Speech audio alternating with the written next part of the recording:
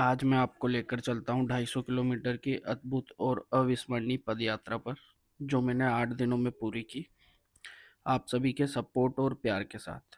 जितना भी प्यार और सपोर्ट आपने मेरे पुराने वीडियोस को दिया, मैं चाहता हूँ आप मेरे इस वीडियोस को भी दें।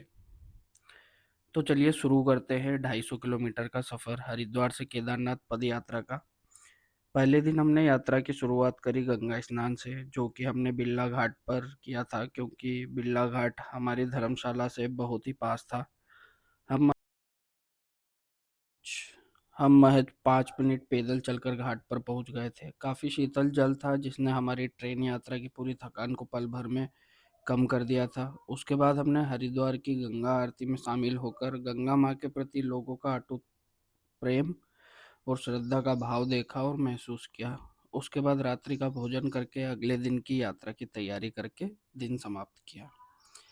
अगले दिन हर की पौड़ी पर स्नान करके हरिद्वार से ऋषिकेश के लिए पद यात्रा शुरू कर दी, जो कि लगभग 27 किलोमीटर की होने वाली थी।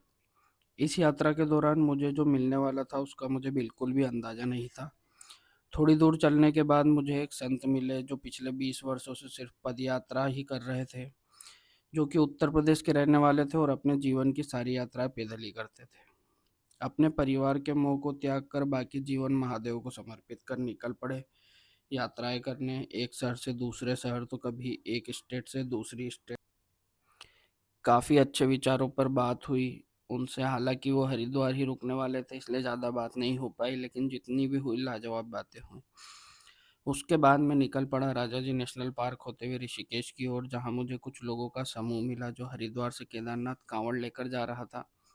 केदारनाथ महादेव का अभिषेक करने के लिए वह लोग अपना दिन का भोजन बना रहे थे। साथ ही उन्होंने मुझसे भी पूछा, भाई पैदल जा रहे हो, कुछ भोजन ग्रहण कर लो, उसके बाद आगे निकल जाना। लेकिन मैं बिना भोजन किए आगे की ओर निकल जाता हूँ। काफ़ी घना जंगल था, लेकिन दिन का समय था, इसलिए कोई परेशानी नहीं हुई। यदि रात का वक्त होता तो थोड़ी बहुत परेशानी हो सकती थी, क्योंकि रात के वक्त जंगली जानवरों का आना जाना लगा रहता है।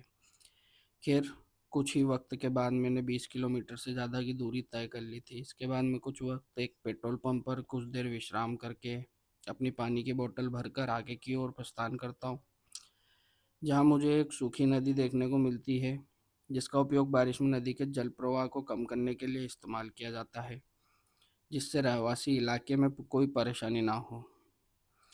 4 से 5 घंटे पैदल चलने के बाद मैं ऋषिकेश पहुंच जाता हूं।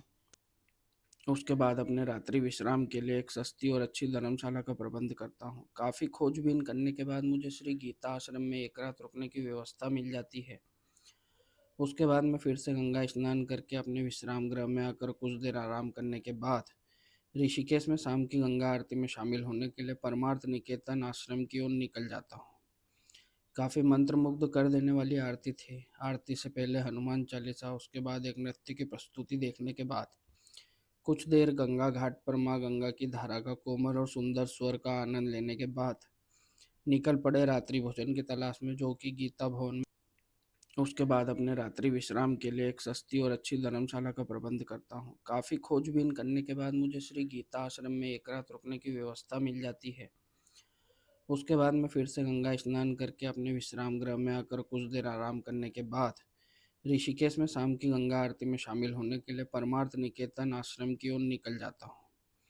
काफ़ी मंत्रमुग्ध कर देने वाली आरती थी। आरती से पहले हनुमान चालीसा, उसके बाद एक नृत्य की प्रस्तुति देखने के बाद कुछ देर सात्विक भोजन प्राप्ति के बाद राम झूला भ्रमण करके अपने दूसरे दिन की समाप्ति के बाद अगले दिन की यात्रा की योजना बनाने के बाद समाप्त होती है।